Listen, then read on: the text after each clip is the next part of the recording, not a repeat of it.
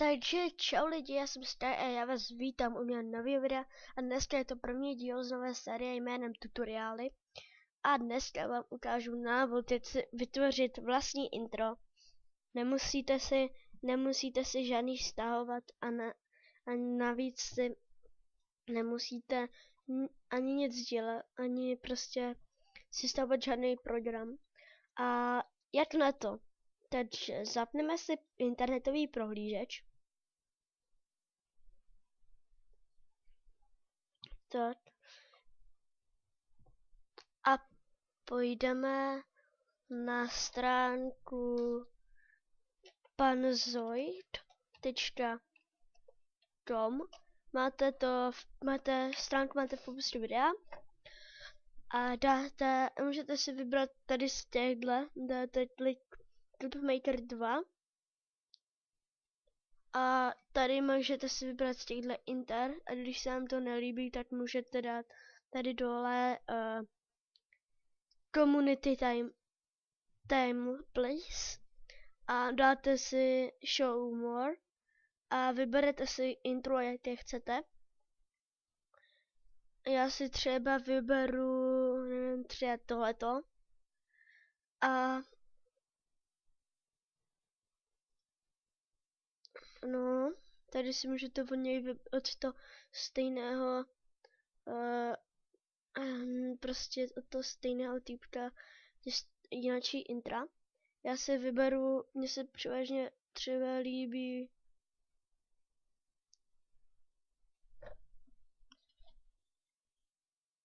tohle třeba. A dáte open in Clipmaker. A přesměruje vás to na stránku Panzoid. A vidíte, že tady máte loading. Takže až se vám to spustí, že já ještě chvilku počkám, než se mi to spustí. Už. A teď, když si to pustíte, tak si můžete povšimnout, že takhle to vypadá normálně v tomhle programu. Takže vám to teďka pustím.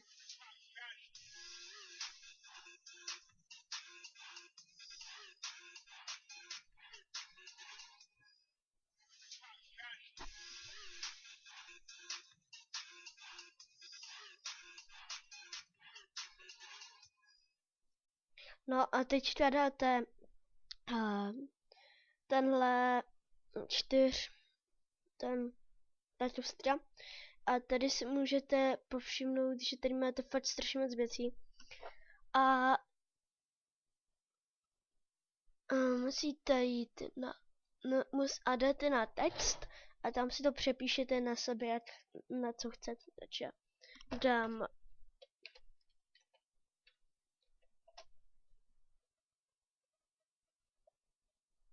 no a ještě si tohle to přimneme.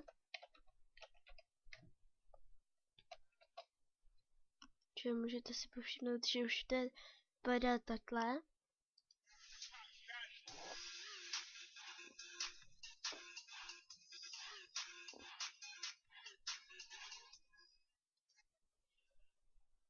Tak počkejte, tohleto dám. Tohleto přepíšu na podtržítko CZE a tohleto si dám taky na podtržítko CZE. No a teďka si můžete povšimnout.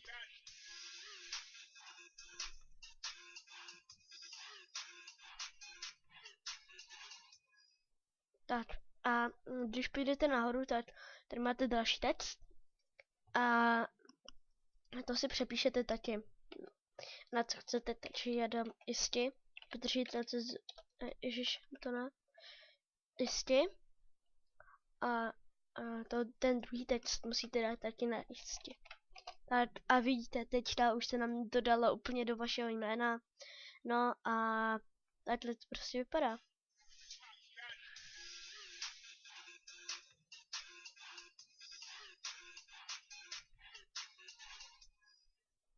Jo. A já dám pryč to podstržítko, jestli to bude vypadat líp. A nebo ne.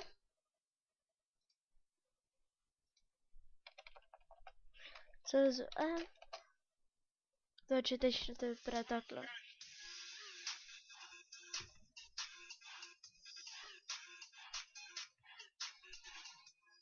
Jo, ono to takhle bude vypadat pořád.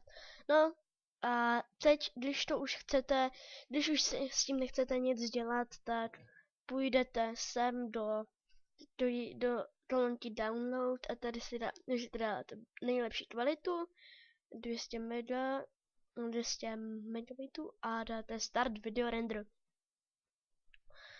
Teďka se vám bude to intro renderovat, takže musíte chvilku počkat. A mezi tím vám chci říct, že proč nevycházely nový videa, je to kvůli tomu, že jsem si rozřízl ruku a byl jsem ještě v nemocnici 2 hodiny na pohotovosti, takže pak jsem musel hodně dlouho čekat a měl jsem to mít i na stehy. A fakt mě to bolelo, a navíc jsem byl ještě pak u dědy a u babičky na prázdninách, což znamená, že proč nevycházely tolik videa a navíc jsem nevěděl i co mám točit. Napište mi do komentářů, jestli mám točit vlogy, anebo mám natáčet nějakou tu hru, protože bych klidně natáčel hru, mě to nevadí a navíc prostě proč ne? No a za chvíli, jakmile budete mít render toho vašeho videa hotový, tak pak vám ukážu, co dál. Zatím vám ještě můžu říct, že můžete mi psat do komentářů otázky na Ask. Kdyby nevěděl, co je to Ask, tak je to prostě takovej, je to věc, prostě je to normální video, ve kterým píšou lidi do komentářů otázky, co by chtěli vědět a já se je pokusím zopakovat. Takže tak. No a už mám video render tak v půlce. A počkáme si, až to bude hotové. No a bude hotové, tak pak uvidíte. A můžete si klidně vybrat, jaký intro chcete, funguje to u všech úplně stejně. A je tady přes 200 inter, takže si fakt můžete vybrat intra, jaký chcete. Mně se nejvíc líbí asi to, co se mi teďka rendruje. Ale líbilo by se mi i tohle. Já klidně, jestli chcete vidět, tak tady mám i to svoje, co jsem vyráběl. Tak a tady to moje intro, který jsem udělal úplně stejně na tom.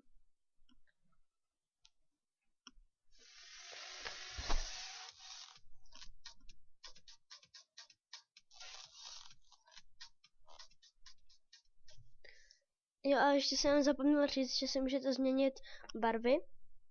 A pak jsem si ještě vytvořil tohle intro, ale to se mi moc nelíbí, tak je tohle. To podle mě to není nic moc.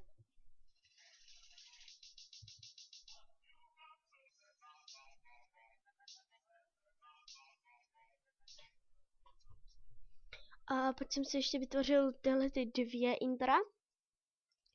Tohle to je na mě až moc červený.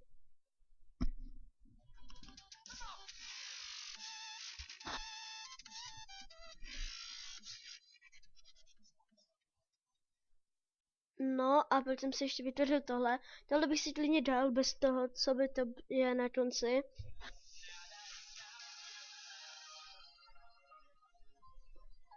No a kvůli tomuhle. Viděli jste kvůli tomu na konci, proto to nechci, to intro.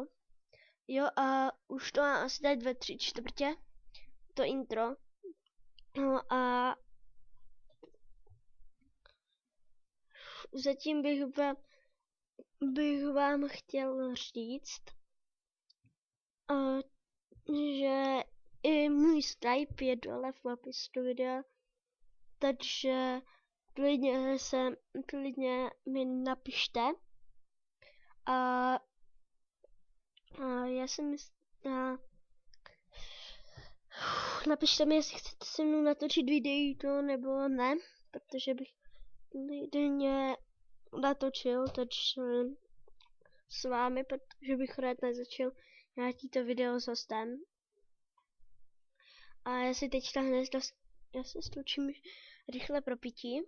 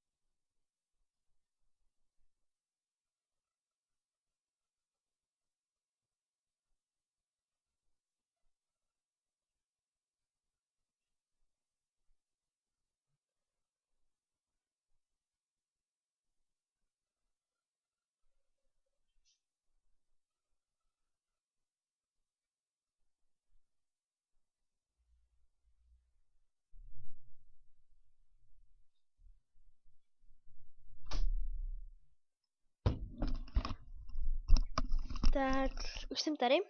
Donesl jsem si sem pití.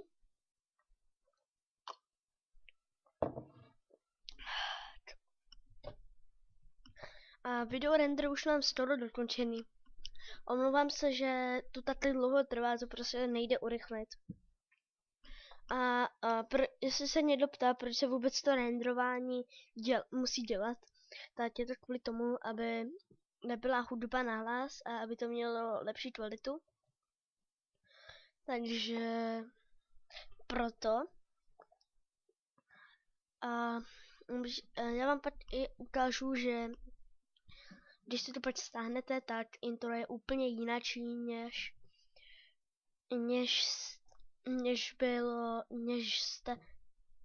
když jste to renderovali, no prostě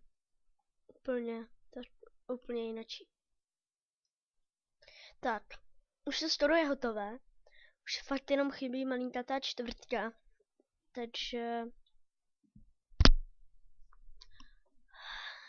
no, tak už to bude hotové.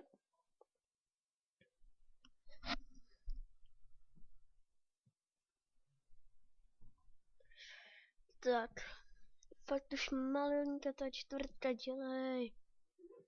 Sakra.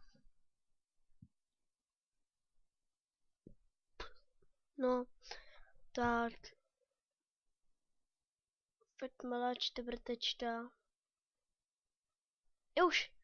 Tak. Už mi to už to má hotové.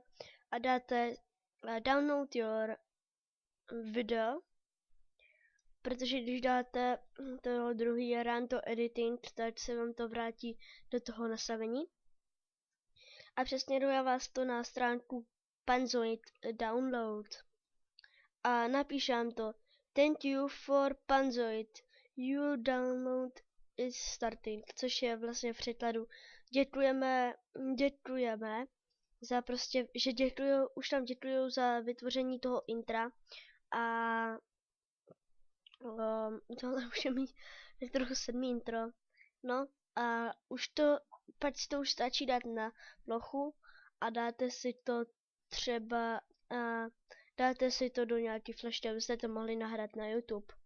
No Tak a teď, když se podíváte na to, tak je to úplně jinačí. Tak já pustím.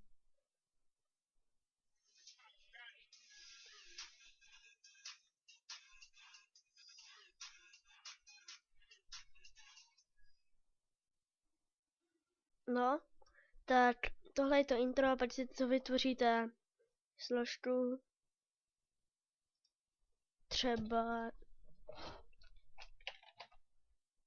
tak dáte to do složky a pak a ještě vám ukážu, jak to vlastně dát na YouTube. Takže budeme na internet a jdeme na YouTube. Jdeme na YouTube a dáme kolonku. Jdeme sem a kolonku. Prostě musíme jít na tuhle, normálně na váš profil. Ne, přímo na tenhle ne. A dáte odběry. Spíš ne odběry. Ježišmarja, já si to strašně pletu. Dáte můj kanál. A tady si jdete nahrát video. Dáte nahrát. A tady nahoře normálně dáte nahrát.